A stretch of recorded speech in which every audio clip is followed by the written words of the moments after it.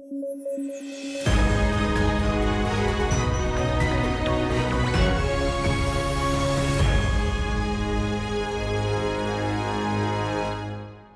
News at 9 programme में आपका स्वागत है। मैं हूं अमृत उपाध्याय। आइए जल्दी से देखें आज के हेडलाइंस। सेक्सुअल वायलेंस और एसिड अटैक सर्वाइवर्स को जरूरी मेडिकल ट्रीटमेंट मुहैया कराने से इनकार नहीं कर सकते हॉस्पिटल्स। दिल्ली हाई कोर्ट ने की टिप्पणी, सर्वाइवर्स को फ्री मेडिकल ट्रीटमेंट का है लीगल राइट। भारतीयों में बढ़ रहे हैं सडन कार्डियक अरेस्ट के मामले। हार्ट अटैक से अलग होता है सडन कार्डियक अरेस्ट। लगातार डिस्कंफर्ट को इग्नोर करना होगी गलती। और इसरो लॉन्च करेगा स्पैडेक्स मिशन। ये तकनीक हासिल करने वाला चौथा देश बनेगा भारत। स्पेस में हैंडशेक करेंगे 2 सैटेलाइट।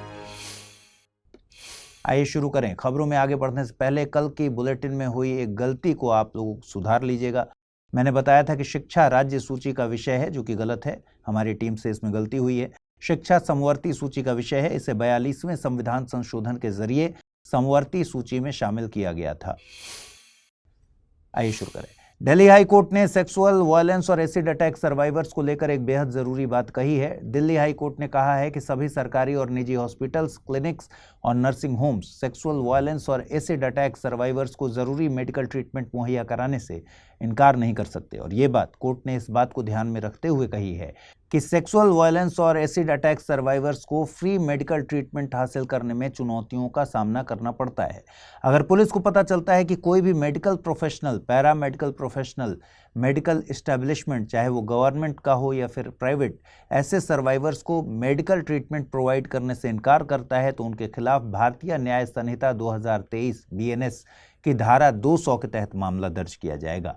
कोर्ट ने यह भी साफ किया कि ट्रीटमेंट शब्द में प्राथमिक चिकित्सा, diagnose, patient admission, out patient assistance, lab test, अगर जरूरी हो तो सर्जरी, मानसिक परामर्श, मनोवैज्ञानिक सहायता, पारिवारिक परामर्श, सब कुछ शामिल होंगे। देखिए, भारतीय नागरिक सुरक्षा संहिता की धारा 397 और पॉक्सो एक्ट 2020 के नियमों की धारा 6(4), इनके मुताबिक इन सर्वाइवर्स को फ्री मेडिकल ट्रीटमेंट दिया जाना उनका एक विधिक अधिकार है, लीगल राइट है। एक बहुत फेमस ग्रीक योगर्ट बनाने का ब्रांड है एपिगामिया। उसके सीईओ रोहन मीरचंदानी की महज 42 साल की उम्र में मौत हो गई। उनकी मौत की वजह बना सडन कार्डियक अरेस्ट। घटना दुखद है, लेकिन इस पर बात होना जरूरी है। देखिए, ये घटना दिखाती है कि भारतीय युवाओं में सडन कार्डियक अरेस्ट के मामले बढ़ते जा रहे हैं। इसके अलावा भारतीयों में हृदय रोग होने की एक आनुवंशिक प्रवृत्ति भी देखी गई है और इसके मुताबिक भारतीयों में अन्य लोगों के मुकाबले हार्ट अटैक 1 दशक पहले होने की सिचुएशंस भी देखी गई हैं। इसलिए ज़रूरी है कि हमें इस बीमारी के बारे में सही जानकारी हो। आइए सबसे पहले तो जानते हैं कि सडन कार्डियक अरेस्ट क्या होता है। कार्डियक अरेस्ट एक ऐसी कंडीशन है जिसमें हार्ट अचानक काम करना बंद कर देता है या रुक जाता है, इसीलिए उसमें अरेस्ट शब्द का इस्तेमाल किया जाता है। हार्ट इरेगुलर हार्ट रिदम के चलते कोई भी एक्टिविटी नहीं कर पाता। कह सकते हैं कि हार्ट का इलेक्ट्रिकल सिस्टम खराब हो जाता है, जिसके चलते वो काम करना बंद कर देता है। इस सिचुएशन में हार्ट बहुत तेज़ी से बीट करता है, जिससे इसके वेंट्रिकुलर या फिर निलय में कंपन होता है, जिसे वेंट्रिकुलर फाइब्रिलेशन कहते हैं। साथ ही हार्ट के लोअर चैम्बर बहुत तेज़ी से और अनकोऑर्डिनेटेड मैनर में सिकुड़ने लगते हैं। फिर इन इरेगुलर इलेक्ट्रिकल इम्पल्स के चलते हार्ट ऑक्सीजन युक्त ब्लड को ठीक से पंप नहीं कर पाता, जो कि हमारे शरीर के लिए ज़रूरी होता है। शुरुआती कुछ मिनटों में ब्रेन को ब्लड सप्लाई बहुत कम हो पाती है, जिससे पेशेंट बेहोश हो जाते हैं। फिर 8 मिनट के भीतर ही शरीर के सारे बड़े अंग ब्लड सप्लाई रुक जाने के चलते काम करना बंद कर देते हैं। इस दौरान किसी व्यक्ति को बचाने के लिए पहले 2 मिनटों के भीतर कार्डियोपल्मोनरी रिससिटेशन यानी सीपीआर दिया जाना चाहिए। अगर सीपीआर नहीं दिया जाता तो 8 मिनट के भीतर सडन कार्डियक अरेस्ट जानलेवा हो सकता है। सिर्फ 5 मिनट में ही ये ब्रेन को डैमेज कर सकता है। यहाँ एक और बात है जिसे समझना है, sudden cardiac arrest heart attack से अलग होता है। हार्ट अटैक आर्टरीज या धमनियों में ब्लॉकेज के कारण होता है, जिससे हार्ट में ब्लड का फ्लो रुक जाता है और मसल्स या मांसपेशियों में जख्म हो जाता है। वहीं सडन कार्डियक अरेस्ट ब्लॉकेज के चलते नहीं होता, लेकिन अगर हार्ट अटैक हार्ट की इलेक्ट्रिकल इंपल्स को बदल देता है तो ये सडन कार्डियक अरेस्ट को ट्रिगर करने के लिए जिम्मेदार हो सकता है। अगर सडन कार्डियक अरेस्ट के कारणों की बात करें तो इसमें एक कारण है कि व्यक्ति की हार्ट ब्लॉकेज की कोई हिस्ट्री हो या कई बार हार्ट की पंपिंग एफिशिएंसी लो होने के चलते भी सडन कार्डियक अरेस्ट हो जाता है। कई बार जेनेटिक कंडीशन जैसे कि कार्डियोमायोपैथी ह्यूमन हार्ट के मसल्स को इतना हार्ड कर देते हैं कि वो बॉडी के अन्य पार्ट्स को ब्लड सप्लाई नहीं कर पाता। कई बार किसी बीमारी या इन्फेक्शन या किसी चोट की वजह से भी बहुत ज़्यादा ब्लड लॉस के चलते सडन कार्डियक अरेस्ट हो सकता है। एक्सपर्ट्स बताते हैं कि जॉ एरिया, गर्दन और चेस्ट में होने वाले किसी भी पेन को इग्नोर न करें और न ही इसे गैस या एसिडिटी का रीजन माने। लगातार होने वाले डिस्कम्फर्ट में तुरंत डॉक्टर से कंसल्ट किया जाना चाहिए। अगर आपका सपना है सिविल सेवा परीक्षा की तैयारी में सफलता हासिल करना और आईएएस बनना, तो study IQ IAS Hindi team आपके लिए लेकर आई है एक अनूठा अवसर, P2I बैच। ये बैच एक वन स्टॉप सॉल्यूशन है जो आपकी यूपीएससी की पूरी तैयारी को सिस्टमैटिक और रिजल्ट ओरिएंटेड बनाता है। इसमें शामिल हैं 1000+ घंटे की लाइव क्लासेस जो आपको हर विषय की गहराई तक ले जाएंगी, 1-to-1 मेंटोरशिप जिससे किया जा सकेगा आपकी कमजोरियों और डाउट्स का समाधान, SIP क्रैश कोर्स जो प्रीलिम्स से लेकर मेंस तक की तैयारी के दौरान एक मील का पत्थर साबित होगा, डेली करंट अफेयर्स ताकि आप अपडेटेड रहें देश दुनिया से, इंटरव्यू गाइडेंस प्रोग्राम जो आपको न केवल आत्मविश्वास से भरपूर करेगा बल्कि साक्षात्कार के हर पहलू के लिए पूरी तरह से तैयार भी करेगा। इसके अलावा इस बैच की खासियत है इसकी फ्री रेसिडेंशियल सुविधा जो प्रीलिम्स पास करने के बाद दिल्ली में मेंस की तैयारी के लिए दी जाती है। तो देर किस बात की, जुड़िए हमारे साथ और करिए अपने सपने को साकार। ज्यादा जानकारी के लिए आप amrit@studiiq.com पर संपर्क कर सकते हैं या फिर SIQH कोड लगाकर एडमिशन ले सकते हैं। 25 दिसंबर को भारत के पूर्व प्रधानमंत्री अटल बिहारी वाजपेयी की जयंती मनाई जाती है। इस मौके पर प्रधानमंत्री नरेंद्र मोदी मध्य प्रदेश में कई सारे प्रोजेक्ट्स का शुभारंभ करेंगे। देखिए, अटल बिहारी वाजपेयी का जन्म मध्य प्रदेश के ग्वालियर में 25 दिसंबर 1924 को हुआ था। इस तरह मध्य प्रदेश उनका गृह राज्य है। 2024 में अटल जी की 100वीं जयंती का आयोजन किया जा रहा है। सरकार उनकी जयंती के मौके पर सुशासन दिवस यानी गुड गवर्नेंस डे का आयोजन करती है। इस मौके पर प्रधानमंत्री Ken Betwa river linking project की आधारशिला रखेंगे। राष्ट्रीय योजना के मुताबिक ये देश का पहला रिवर लिंकिंग प्रोजेक्ट है। इस परियोजना में मध्य प्रदेश और उत्तर प्रदेश के लाखों किसानों को फायदा मिलेगा। साथ ही इस क्षेत्र के लोगों को पीने के पानी की सुविधा हासिल होगी।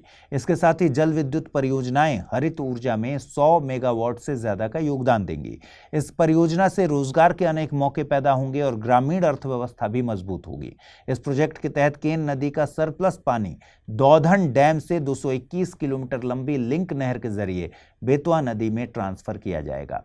केन नदी का ऑरिजिन मध्य प्रदेश के जबलपुर जिले में कैमूर पहाड़ियों की उत्तर पश्चिमी ढलान पर अहिरगवां गांव से होता है। केन उत्तर प्रदेश और मध्य प्रदेश के बीच एक इंटर स्टेट रिवर है।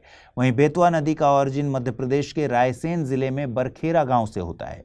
यह भी उत्तर प्रदेश और मध्य प्रदेश के बीच एक इंटर स्टेट रिवर है। इस दौरान प्रधानमंत्री 1153 अटल ग्राम सुशासन भवनों की आधारशिला भी रखेंगे। ये भवन ग्राम पंचायतों के कामकाज और जिम्मेदारियों के संचालन में महत्वपूर्ण भूमिका निभाएंगे, स्थानीय स्तर पर सुशासन को बढ़ावा देंगे। इसके अलावा प्रधानमंत्री मध्य प्रदेश के खंडवा जिले के ओंकारेश्वर में स्थापित ओंकारेश्वर फ्लोटिंग सोलर प्रोजेक्ट का भी शुभारंभ करेंगे। यह प्रोजेक्ट कार्बन उत्सर्जन को कम करने में मददगार साबित होगा। साथ ही देश के 2070 तक नेट जीरो के लक्ष्य को हासिल करने में भी मदद करेगा।